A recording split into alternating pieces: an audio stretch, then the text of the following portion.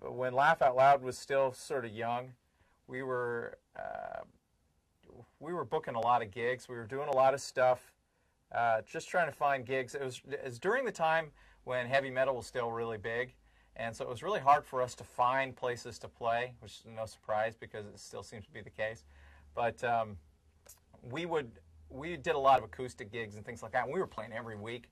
And I thought it would be kind of funny, you know, with all the planning that goes into just trying to book a gig. I thought it would be funny if we just actually took a camera with us one time, and instead of booking anything, actually going out and knocking on a door until we found a place to play, and seeing how many doors we had to knock on until we found something to do. So that, I think it was probably born out of that whole idea, the idea of not really having a place to play and what it would be like to sort of have to beg and plead to find a place.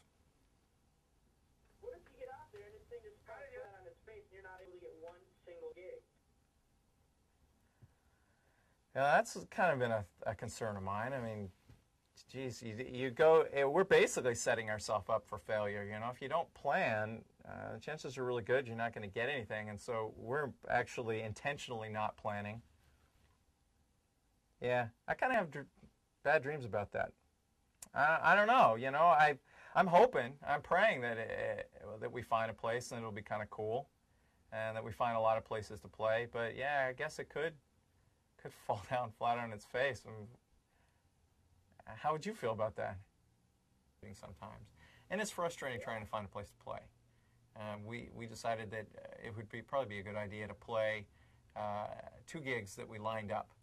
You know, one is a sort of a warm-up gig in an area, in a place, in a venue that we haven't played before or haven't played in a long time, for a crowd of people we don't really know, just to sort of try out new material, kind of get ready for being on stage. And that whole process was like pulling teeth. It was, I mean, it was emails and phone calls and pleading and negotiating. And even when we were early in the 80s when we were doing this, and in the early 90s and mid-90s when we were looking for gigs, it seemed a whole lot easier. And we thought it was hard then. It just seems to be harder now. So I think that part of the process is frustrating, trying to find a place. It's ironic.